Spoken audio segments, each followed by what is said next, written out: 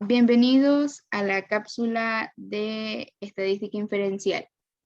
Hoy tenemos como tema metodología de la función y logaritmos de verosimilitud.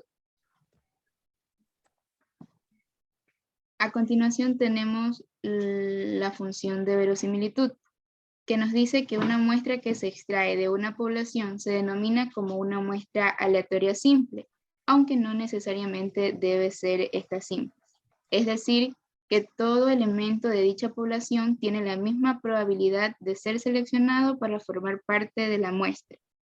Si es una población donde se observa la variable aleatoria X. Una muestra aleatoria simple de tamaño n es un conjunto de n variables aleatorias, x1, x2 y así constante hasta xn, que es el total de las muestras.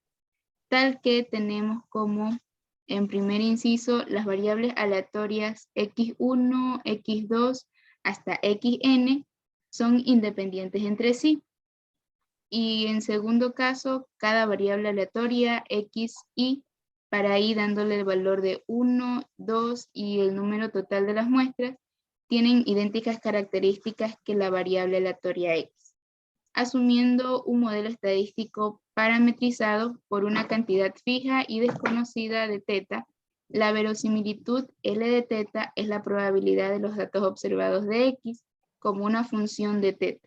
Si se encuentra con una variable discreta, se usa la probabilidad, y si es continua, se usa la función de densidad para conseguir la verosimilitud.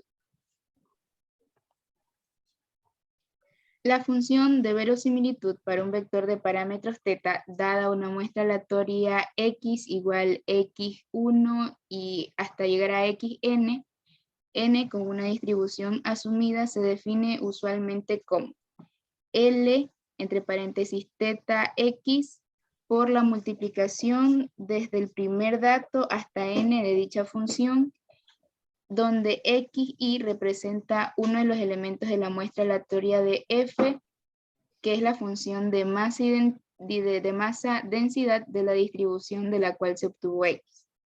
Dentro de observaciones tenemos que la notación L de teta indica que L es una función de teta y no de x1 hasta xn. Teta puede ser un escalar o un vector. Entonces podríamos suponer que teta es igual a teta 1 y así hasta nuestro número de muestras. El subíndice teta es la función de probabilidad o de densidad que indica que dicha función depende del valor del parámetro. Utilizaremos también las notaciones P de tal notación teta y así sucesivamente. La función del logaritmo de la verosimilitud. La función del logaritmo de la verosimilitud es la expresión que se maximiza para determinar los valores óptimos de los coeficientes estimados. Estos valores del logaritmo de la verosimilitud o función soporte no se pueden utilizar por sí solos como índice de ajuste, ya que dependen del tamaño de la muestra, pero sí se puede utilizar para comparar el ajuste de diferentes coeficientes. Como lo que se desea es maximizar el logaritmo de la verosimilitud, el valor más alto es mejor.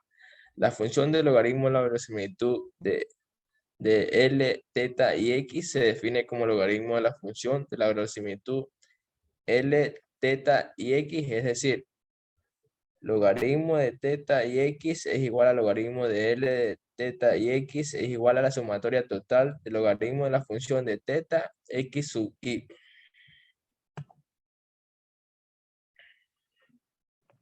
Para tener un detalle más claro, presentamos el siguiente ejercicio práctico, donde nos dice que toda muestra aleatoria es proveniente de una población con función de densidad f teta, donde cuya función de verosimilitud no es más que la función de densidad conjunta de la muestra, representada por L teta, x, que es igual a la multiplicación de todas, desde el primer dato hasta dicha función.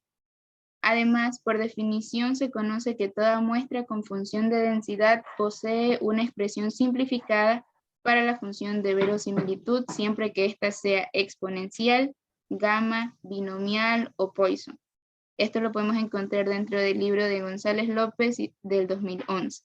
Es así que se ha preparado un ejercicio práctico que contiene lo siguiente. Entonces observamos el ejercicio, lo cual vamos a determinar de forma justificada y detallada el procedimiento aplicando la expresión matemática para la función, en primer lugar, la función de verosimilitud, que como fórmula tenemos L, entre paréntesis teta X, la multiplicación desde el primer dato hasta n de dicha de la función, f de teta e, x sub i. Entonces lo que vamos a hacer en primera instancia es reemplazar este valor. Como nosotros tenemos que en nuestra función que es p, vamos a reemplazar en teta. Es lo único que haremos como primer punto.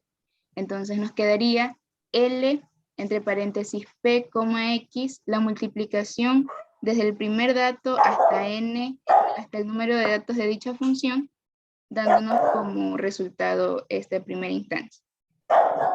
En este caso asumimos que las variables son idénticas. Entonces procedemos a realizar el producto desde x1 hasta xn, que vendrían a ser nuestro número de las muestras, quedando como L de P igual a F, entre paréntesis, P x1 por F, entre paréntesis, P x2, y así hasta llegar a F, P x sub n. En este caso, reemplazaremos el producto anterior con la expresión que tenemos en el ejercicio planteado. Observamos que se nos presenta una propiedad de la potenciación, misma que especifica que el producto de la potencia es igual a la misma base que se eleva a la suma de sus exponentes de cada factor. Entonces tenemos que L de P es igual a P, entre paréntesis, 1 menos P, X sub 1 por P de 1 menos P, X sub 2 menos 1, y así hasta llegar a P, 1 menos P, X sub N menos 1. Entonces aquí tenemos que la distribución, ¿no? La propiedad que se nos presentó. Entonces tenemos que L es de P igual a P elevado a la n porque no sabemos el número de muestras. Entonces tendríamos P elevado a la n, entre paréntesis, 1 menos P, que es igual a la sumatoria de todas las muestras menos n.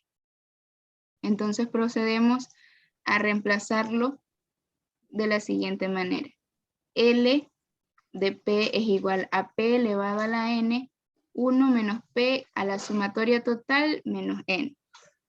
En este caso, vamos a reemplazarlo con la fórmula de la media aritmética o el promedio ponderado de la siguiente manera, quedando como n por la media, que es igual a la suma total del número de las muestras. Entonces tenemos que L de P es igual a P elevado a la n, entre paréntesis, 1 menos P elevado a la media menos n. En este caso se nos presenta, podemos dejarlo de la siguiente manera, sacando después de la media, o podemos sacar el factor común.